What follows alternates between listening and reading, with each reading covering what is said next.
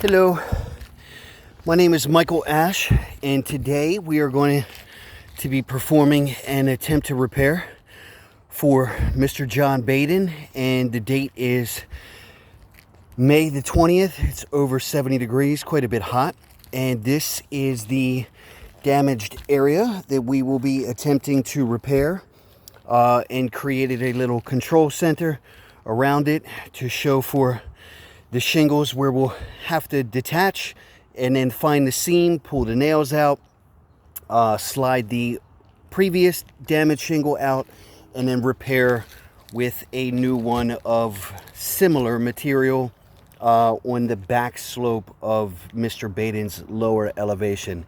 And I just wanted to show for reference that here we have a total wind count on this lower elevation for the back of 10.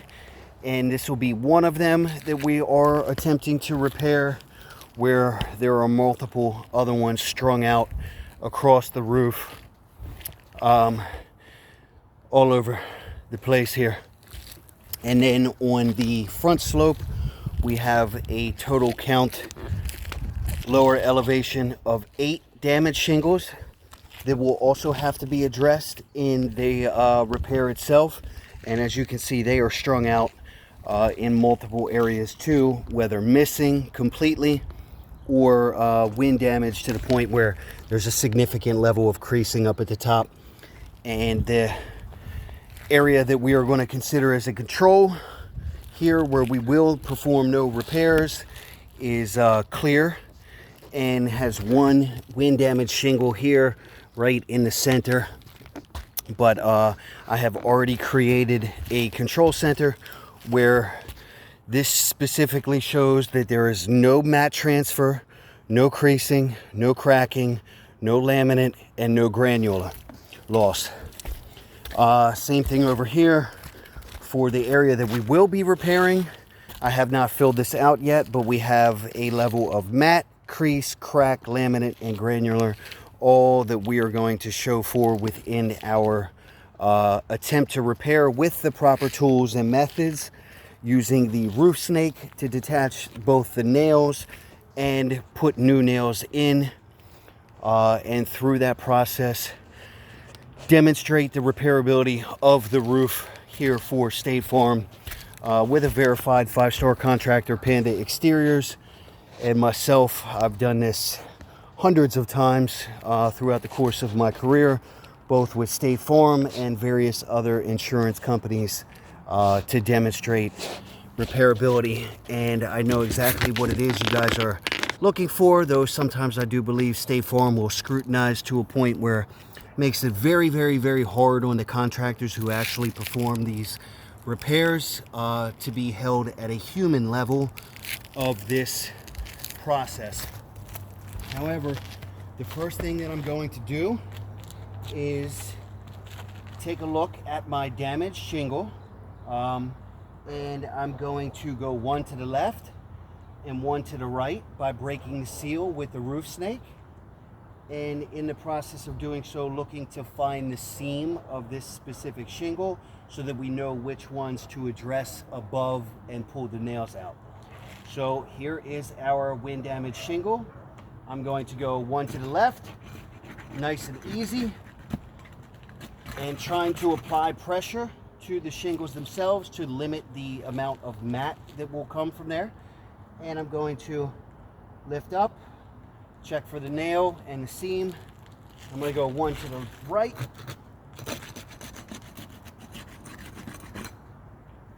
and okay, so the seam of the bottom shingle is right here, which probably tells me this seam will be 1 or 2 over to the right if they've laid them properly. So let's take a look first at the shingle right above. This is the one directly above our wind damage shingle, and I can already see a level of mat that is evident is transferred from the back of the shingle, though I do not want to lift these shingles up too far and allow State Farm to scrutinize the level of repair process and completely eliminate it. But once we get done this process, I will show that level of matte to you guys so that you can see it from my view.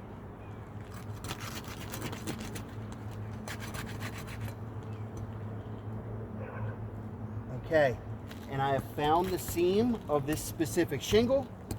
So what I'm going to do is mark this off as our control shingle, 1, 2 in the middle, and 3, which means that 1, 2, 3, 4 will be the shingles that we address at the top, and then that'll be 1, 2, 3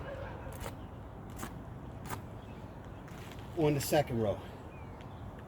So in doing just that, I'm noticing a level of matte and a level of granular loss that has already started to come down the shingles themselves and fall down the roof as I perform this initial repair. So since we've already went one to the right and one to the left of the shingle we're addressing, we did the one above, now we'll go to this one.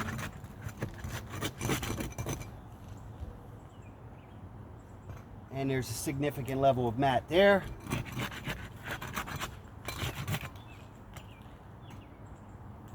And there's a seam once again. I'm going to go here.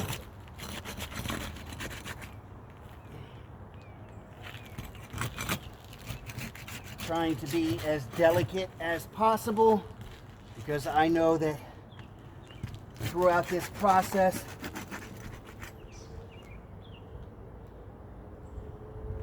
for State Farm, we want to be very, very, very, very careful. But just to show, before I pull the nails out real quick, I want to show you real-time process of what these shingles look like.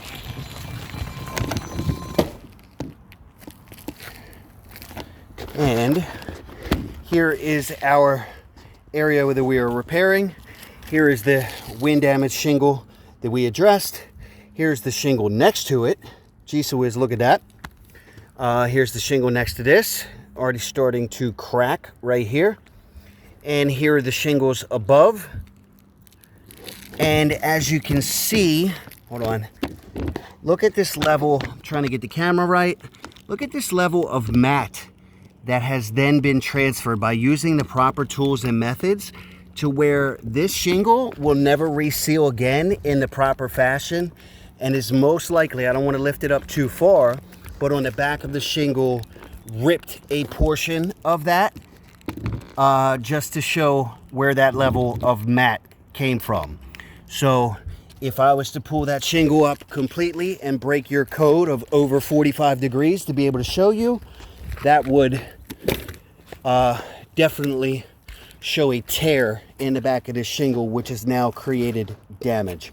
But let's continue to work through the process. We're going to pull the nails from this specific shingle here above and use the roof snake to the best of our ability, though this is probably one of the hardest tools to use in the history of roofing and contracting. And the only reason that we use these is because of State Farm, where almost every other insurance carrier allows the contractor to choose the tools and methods in order to do their job. Sometimes wonder where that industry standard came from to use this tool. However, what we're going to do is we're going to search for the nail, the first one, which looks like it's right here, and gently lift to pull that out. And we've got our first nail, which is extremely rusted, by the way. Then we're going to look for a second. Second one seems to be in the right position. And in doing so, pull that one out. Here's our second nail. Here's our third. And our third wants to tear through the shingle itself, showing the level of pliability or potential plywood that could have gotten soft over time. Then our last nail over here in the corner.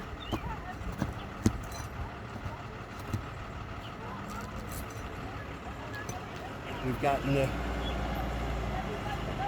last nail out of the second row above. And what we're going to do, we're going to choose this row right below to find the nail on the row above, which is directly at a seam, and that one's pulling through the shingle itself. Trying to be careful. Find the second one.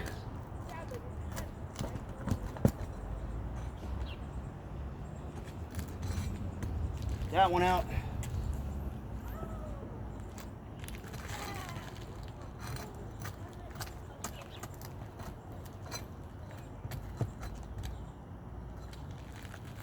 This one out.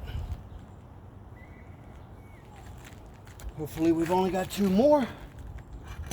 Looks like they've consistently put them in the right areas, which is good. That's easy on me.